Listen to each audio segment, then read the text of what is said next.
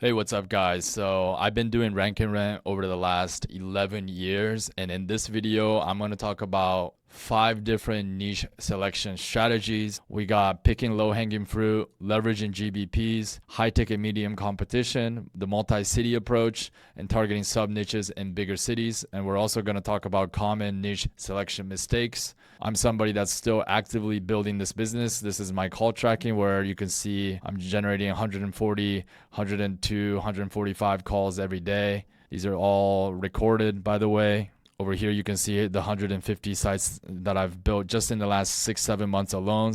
And in 2026, I just launched my brand new coaching program, all new training with high level SEO that's working today. This is Sandra. She's been in the program for 2 months and already landed her first contractor. Hey, Ipe, I just landed my first contractor for my concrete site. Here is Maurice. I got another wood flooring lead yesterday, a good one. The process is working. In my opinion, this rank and rent business model is still the best way to create long-term passive income. Remember, I've been doing this for 11 years and I'm still doing it. So let's talk about these niche selection strategies, all right? And why is it so important?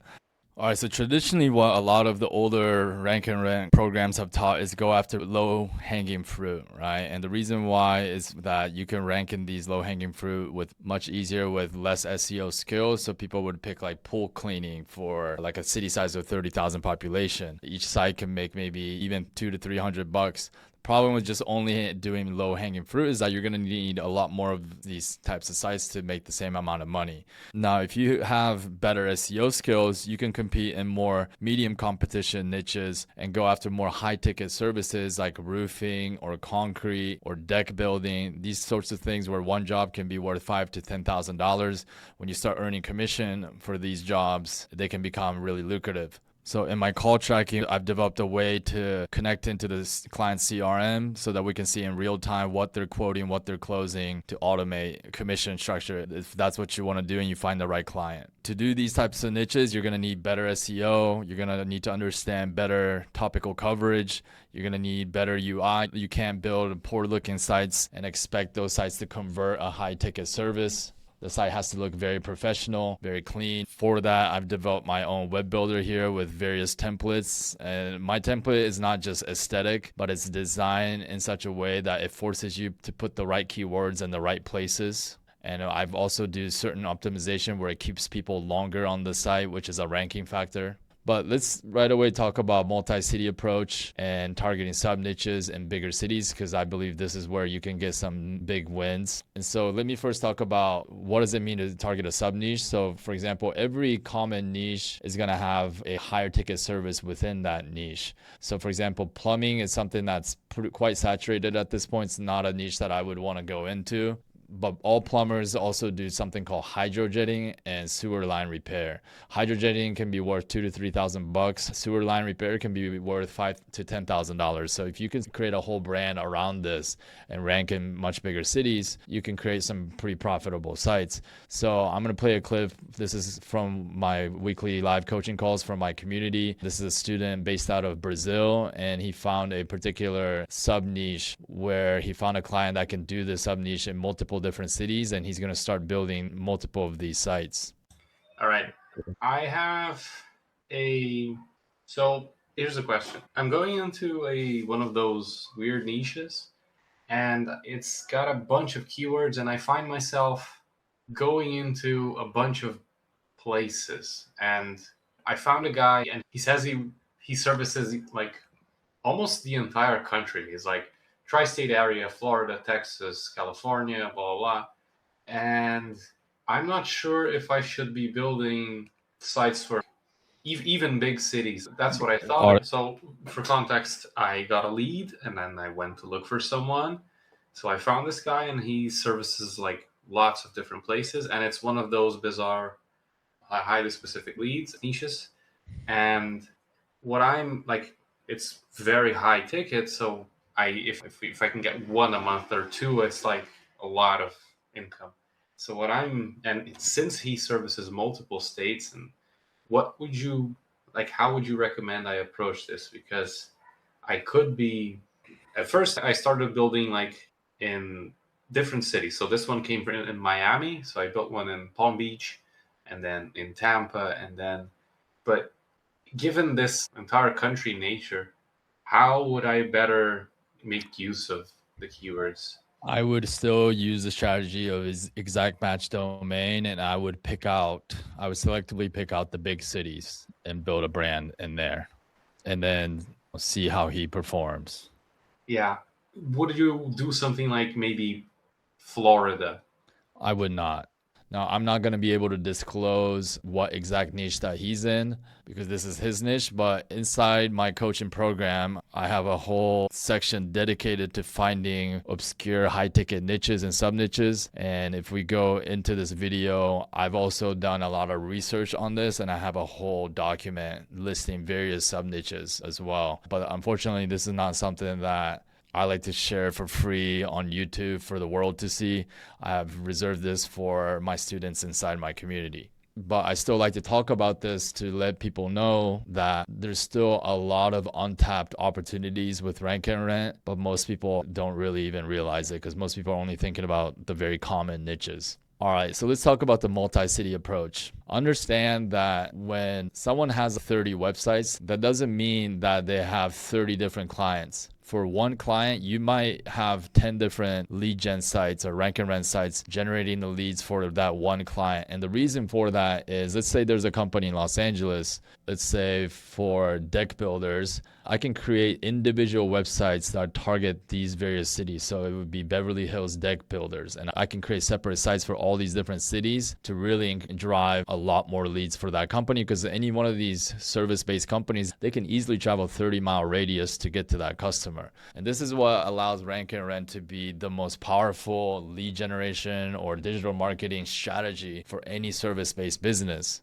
And this is how, if you learn this skill, you can become extremely valuable to these companies. Right now in Los Angeles, in the home construction niche, I have sites all across LA and all these different cities in 8 to 10 different niches. And there's other powerful reasons to do this, and I know how to leverage these sites to get even better results as well. But a lot of that higher level stuff I cover in the training. But just know that these are tactics that I've learned just because I've been in the Rank and Rent business over the last 11 years. This goes beyond just the basic SEO knowledge. It goes into how do you intimately understand this business model and how you can maximize results for these businesses. This is where Rank and Rent is a little bit different than just doing an SEO agency where it's all about ranking for keywords and building backlinks. All right, we talked about the high ticket, medium competition niches. One thing to add to this is that understand that most local sites you see out there for these kind of companies or these kind of niches are built by web builders, right? These companies will hire a simple web builder to build them a website, and that's their site on page one. They didn't build these sites with SEO in mind. So this is where we have a massive advantage against the competition, because every single Rank and Rent site that I build, from what the keywords I put in the page title, how I name the brand, how I pick the domain, how I place certain keywords in the H1, H2, H3, and what types of keywords. Not even keywords, but like very important words. If it's roofing, like roofing replacement and roof repair, I know replacement and repair are the most important words to put at the title level. And these kind of words change as well for every niche. This already gives us such a huge advantage because a web developer did not build the site or the content on the site with high-level SEO optimization in mind. And I have a lot more in-depth things that I'm doing with the content, such as increasing entities, adding unique statistics, understanding NLP language, which stands for natural language processing, which is the type of sentence structure that Google prefers. Removing fluff from the content, understanding semantic SEO, which means I'm going to create a very in-depth FAQ section, allows our site to rank for more keywords. And as your site ranks for more keywords, your site becomes more and more powerful. This is what allows our sites to rank even without backlinks. So this is one of my Windows sites. As you can see how in-depth my content is on this site. We're not just building this content for the end user, but we're also building it when the Google bots crawl this site, they'll deem this site as more authoritative and quality than the competition. All right, let's talk about leveraging GBPs. So GBP stands for Google Business Places, otherwise formerly known as Google Map Listing. So when I search for window replacement, Glendale, California, you'll see my GBP come up at the top. Now, to get the GBP has become more challenging than, let's say, 5 to 8 years ago, but you can still get them. In fact, I have a whole section in my training about getting GBPs, and I share the latest strategies that are working right now. Now, it does take a little bit more effort.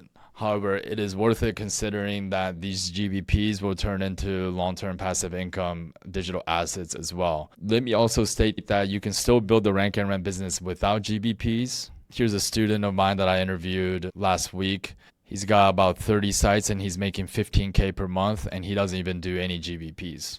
All right, so I illustrate to students that you can build this business without GBPs, but in certain instances, when you can, you should get them. Sometimes they can double the amount of the calls that you're generating. And when leveraging GBPs, if you can create GBPs near where you live, it makes that process easier as well. So that's one thing to think about. If you live in a good market, it can be very advantageous to build some GBPs right away. You can get some quick wins because a GBP can start generating leads in like a couple weeks if you can get them up. With that said, guys, you have to understand that there's multiple different strategies of approaching Rank and Rent, different ways of finding the right niches. And this is what stumped a lot of students in the past, is getting lost in this phase here and not understanding what niches or cities are the right things to go into. So in my new community, I have much clearer outline on this. I have 5 videos for niche selection section alone. And also, this is our group chat here inside our community. Every student is able to post their niche selection, and I'm personally reviewing every student's first 10 websites. And if you can just go out there and build these websites correctly, I've never seen students not make money with 10 websites. So all that to say is, if you're on the fence thinking about Rank and Rent, I would join sooner rather than later, because in this community, I'm teaching these students high-level SEO. It's going to be very difficult for anybody else to outrank my students' sites. Right now, I have 108 students. As you can see, when they're posting their picks, I'm providing real feedback on their picks. And to avoid overlap, we have a chat space here where students are posting their picks. So you can search for a city, let's say Dayton, and it's 0 results. For example, no one has built a site in Dayton yet. Let's try Scottsdale. Okay, there's only one where we talked about Scottsdale. Let's try Phoenix. Okay, so some students have picked Phoenix. So I would join sooner rather than later, before certain niches, certain cities get taken up by some of my students. Because I'm teaching SEO in a such way that once you get these rankings, in that they'll be able to outrank even other people trying to do Rank and Rent. All right, so before we hop off, let's talk about the common niche selection mistakes that people have made, which is they pick a niche that's too specialized and a city too small. So for example, if you pick foundation repair, which is a fine niche, by the way, but you pick a city size of like 30,000 population, well, it's so specialized that you might not get enough lead volume to find a business owner excited or interested. Number 2, you pick a city too small and there's no surrounding cities. So the problem is, if you pick a city size of 20, 30,000 and you pick a certain niche, you might find that there's a lot of companies that already have more than enough jobs and they're already booked out 2 weeks out. So they don't really care to get any more leads. You want to avoid this by at least picking a city size of 60,000 plus, and even more ideally, if that city is closer to other bigger cities or other cities of similar size, so that there's plenty of competition happening when there's plenty of hungry contractors looking for more leads. Number 3, also a mistake that I see people make, which is they pick a niche plus city combo that's too competitive. So there was a student the other day that posted her picks. 7 out of her 10 picks were good, but the 3 out of the 10 are picks that I would not have personally gone into. The juice is not worth the squeeze. It was a little bit too competitive. It was a niche where it was dominated by very big companies and brands. So I told her I would not go into those, and so she replaced them with other picks. And then the 4th is you just picked a bad niche, right? And I've seen examples of students that went into a niche that was too obscure, not enough immediate demand, or too heavily saturated by, again, well-known brands. Or these days, I even like to avoid niches that are too dependent on the GBP. So for example, like towing might be a niche that's too dependent on a GBP. Nobody really cares to go on a website to make that decision. They just want to call the top companies that are listed under GBP. And because GBPs are a little bit more unreliable these days, those kind of niches I would avoid. With that said, guys, these are the 5 different niche selection strategies. If you can know which strategies to use for what city and what niche, you'll begin to understand that rank and rent is not saturated yet when you know what you're looking for. And understanding these different strategies, I've only learned through my 11 years of experience in the actual rank and rent business. I see on YouTube too many people talk about the rank and rent business and they don't even have that much experience. And they're saying that it's saturated because they're looking at plumbing in some big city. Of course, that's going to be saturated. Those are niches plus cities that I would never even go into. So understand the rank and rent business model is a lot more than just understanding SEO. One of the keys to this business is this step right here of niche selection. Because if you can identify very lucrative opportunities with weak competition, you can get faster rankings, you can generate more leads, and you can make more money with less sites. This is why when you want to actually create a good rank and rent business, you can't just go learn this from an SEO person that's running an SEO agency. So if you're interested in learning more about this and get actual coaching on this model, click the link in the description, schedule a call with me. I'm somebody that's been doing this for 11 years. And as long as you are not looking for a get rich quick, you're looking at it as a long-term vehicle that can create passive income for you, I'm confident that I can teach you to succeed. Talk to you soon.